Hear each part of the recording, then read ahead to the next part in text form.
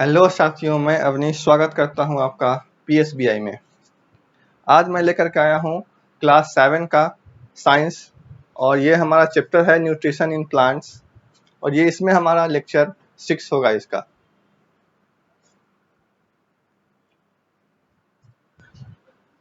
इसमें जो आज का हमारा टॉपिक है वो है replenishment of nutrients in the soil. क्या है? Replenishment of nutrients in the soil. मतलब क्या होता है?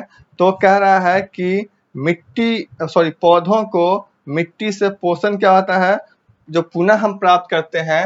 रिप्लेनिशमेंट मतलब होता है कि क्या? तो पुनः प्राप्ति, यानी कि मिट्टी में पोषक तत्वों की पुनः पूर्ति कैसे होगी इसके बारे में हम पढ़ते हैं। जैसे कि अगर हम खेती अगर बार बार करते हैं, एक ही फसल उगाते हैं, तो क्या होता है कि हमारे मिट्टी में जो उसका पोषक तत्व है, न्यूट्रिएंट्स है, वो खत्म हो जाता है। इसीलिए कहा गया है कि हम पुनः कैसे प्राप्त करेंगे पोषक तत्व, न्यूट्रिएंट्स कैसे पुनः प्राप्त करेंगे मिट्टी में, इसके बारे में हम यहाँ पढ़ेंगे। रिप्लेनिशमेंट का मतलब होता है कि पुनः प्राप्त करना, फिर से हम कैसे प्राप्त करेंगे। ठीक है। Plants get nutrition from the soil. कह रहा है कि पौधों को मिट्टी से क्या होता है? पोषण मिलता है। पौधों को कहां से? तो पौधों को मिट्टी से पोषण मिलता है। Since crops plants are continuously grow in the soil, the amount of nutrients in the soil decline। चूंकि क्यों? कह रहा है कि फसली पौधे जो है वो लगातार मिट्टी में उगते रहते हैं, इसीलिए मिट्टी में पोषक तत्वों की मात्रा क्या हो जाती है? तो कम हो जाती है। क्या होता है कि जब हम एक ही तरह का फसल बार बार उगाते हैं मिट्टी में, उससे क्या होता है? तो हमारा जो मिट्टी का पोषक तत्व है वो खत्म हो जाता है। Manures and fertilizers are added by the farmers to replenish the nutrients in the soil। मिट्टी में पोषक तत्वों की पूर्ति के लिए हम क्या करते हैं? तो मिट्टी में पोषक तत्वों की पूर्ति के लिए किसान उसमें क्या करता है? तो किसान उसमें फर्टिलाइजर्स और मेन्योर्स डालता है। मिट्टी में पोषक तत्व की पूर्ति के लिए किसान जो है बार बार क्या करता है? तो उसमें फर्टिलाइजर्स और मेन्योर्स डालता है। They contain nutrients like nitrogen, potassium, phosphorus, magnesium इत्यादि etc। ठीक है।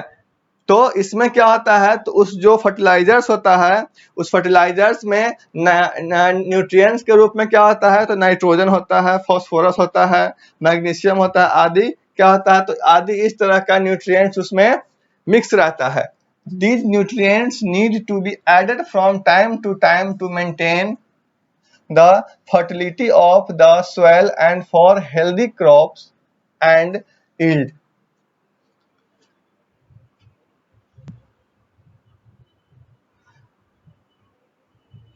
मिट्टी की उर्वरता बनाए रखने के लिए क्या करता है?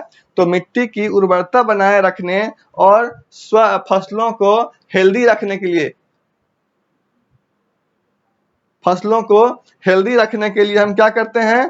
तो इसमें टाइम टू टाइम हम क्या करते हैं? तो टाइम टू टाइम न्यूट्रिएंट्स जो है डालते हैं मिट्टी में। किस रूप में? तो फर्टिलाइजर्स के रूप में हम डालते हैं time to time. Usually crops require a large amount of nitrogen.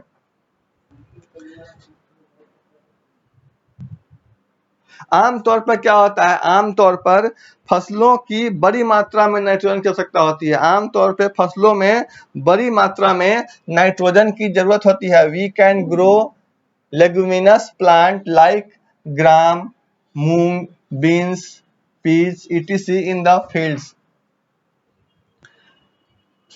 हम जो है खेतों में क्या करते हैं? तो नाइट्रोजन, चूंकि हमारे मिट्टी में नाइट्रोजन की बहुत अधिक मात्रा में जरूरत पड़ती है, इसीलिए हम क्या करते हैं? तो खेतों में लेगुमिनस प्लांट्स मतलब होता है कि जैसे ग्राम आ गया, मूंग आ गया, ग्राम मतलब होता है चना, मूंग, बीन्स, पीस, ईटीसी, इस तरह के जो है फसलें हम क्या करते हैं, उगाते हैं।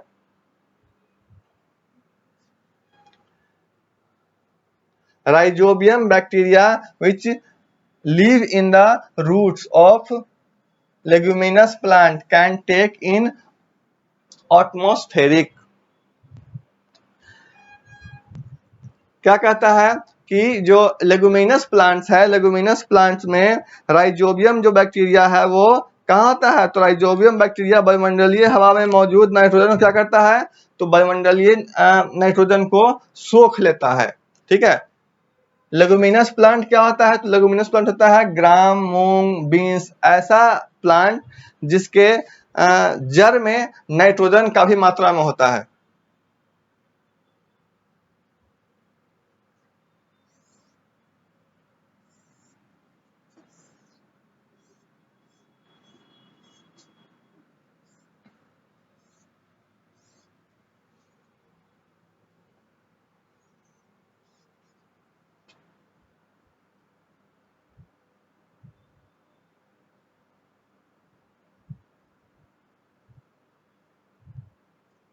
चलिए, nitrogen and convert it into a soluble form in the soil. Nitrogen को मिट्टी में घुलनशील रूप में क्या करते हैं, परिवर्तित कर देता है। नाइट्रोजन को मिट्टी में घुलनशील रूप में परिवर्तित कर देता है। Rhizobium can not prepare its own food. Rhizobium अपना भोजन क्या करता है, तो राइजोबियम अपना भोजन स्वयं नहीं बनाता है। ये किस पर डिपेंड होता है, the leguminous plants provided food to it. ये लेगुमिनस प्लांट्स पे क्या करता है, तो डिपेंड रहता है। राइजोबियम अपना भोजन स्वयं नहीं बनाता है, ये लेगुमिनस प्लांट्स पे डिपेंड करता है। लेगुमिनस प्लांट में क्या होता है, फलीदार पौधे, फलीदार पौधे। इसका एग्जाम्पल है क्या, तो बीन्स, पीज, मूंग।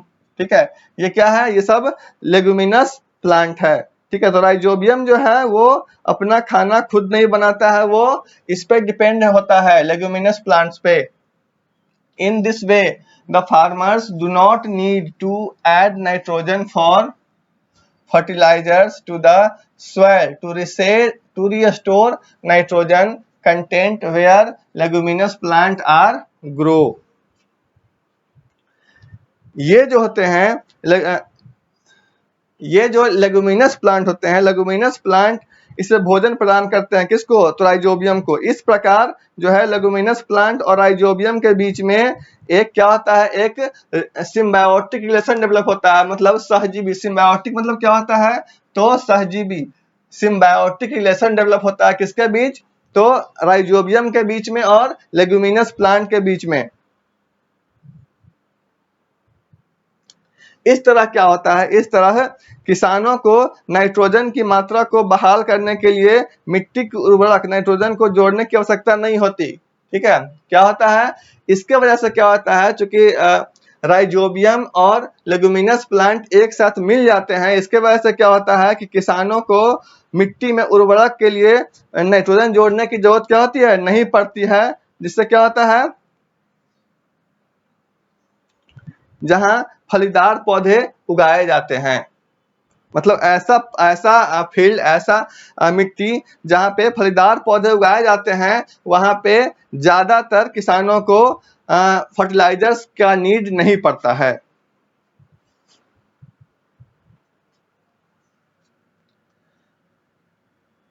अब यहाँ पे कुछ ग्लोसरी है हमारा, जैसे न्यूट्रिशन क्या होता है, the mode of taking food by an organism and its utilization by the body. यानी कि न्यूट्रिशन का अर्थ होता है क्या, तो पोषण। क्या होता है, पोषण। न्यूट्रिशन का अर्थ होता है पोषण। जीव द्वारा भोजन ग्रहण करने और शरीर द्वारा उसके उपयोग का तरीका। क्या होता है, जीव द्वारा भोजन ग्रहण करने और शरीर द्वारा उसके उपयोग करने की जो प्रक्रिया है, उसे हम क्या कहते हैं, तो उसे हम न्यूट्रिशन कहते हैं। फिर से सुन लीजिए, जीव द्वारा भोजन ग्रहण करने, जीव द्वारा भोजन ग्रहण करने और शरीर द्वारा भोजन उपयोग करने का तरीका है, उसे हम कहते हैं न्यूट्रिशन। दूसरा है हमारा ऑटोट्रोपिक। ऑटोट्रोपिक का अर्थ क्या होता है? इसका अर्थ होता है स्वपोषी। स्वपोषी। The mode of nutrition in which organism make food for themselves from simple substances। पोषण की वह विधि जिसमें जीव अपने लिए भोजन बनाता है, ठीक है।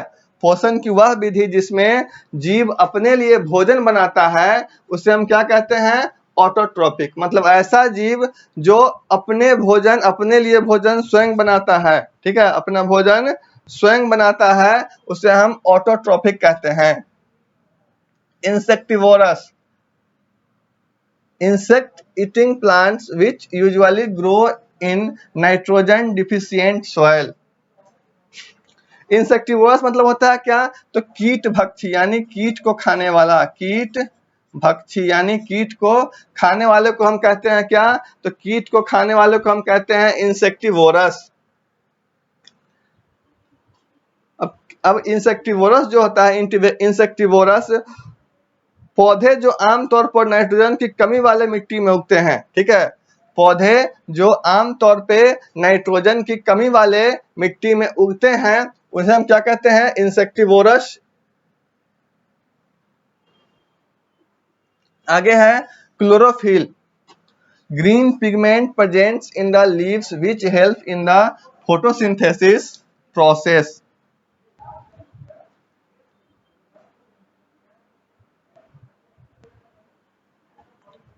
क्लोरोफिल पत्तियों में उपस्थित, ये क्या है? पत्तियों में उपस्थित ग्रीन पिगमेंट है, ठीक है। पत्तियों में उपस्थित ग्रीन पिगमेंट है जिसका उपयोग कहाँ होता है?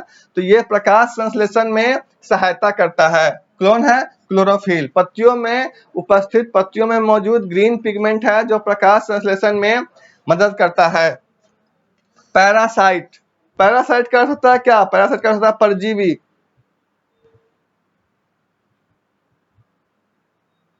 पैरासाइट का अर्थ होता है परजीवी। The organism which lives on in other organism।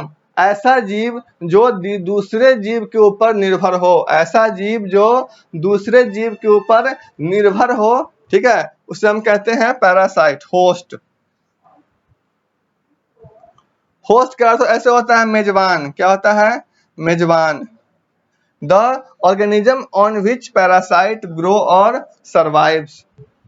वह जीव जिस पर परजीवी बढ़ता है या जीवित रहता है। वह जीव जिस पर पैरासाइट, ये जो है ना पैरासाइट जिस पर डिपेंड होता है उसको हम कहते हैं क्या? तो उसको हम होस्ट कहते हैं। पैरासाइट तो दूसरे जीव पे डिपेंड ही होता है। अब जो दूसरे जीव पे जो डिपेंड होता है उसी को हम क्या कहते हैं? होस्ट कहते हैं। यहाँ दिया भी गया है the organism on which parasite grow on survives. अगला है stomata. The openings presents in the leaves, यानी पत्तियों में जो छिद्र होता है, ठीक है, उसे हम क्या कहते हैं? वही होता है हमारा स्टोमाटा।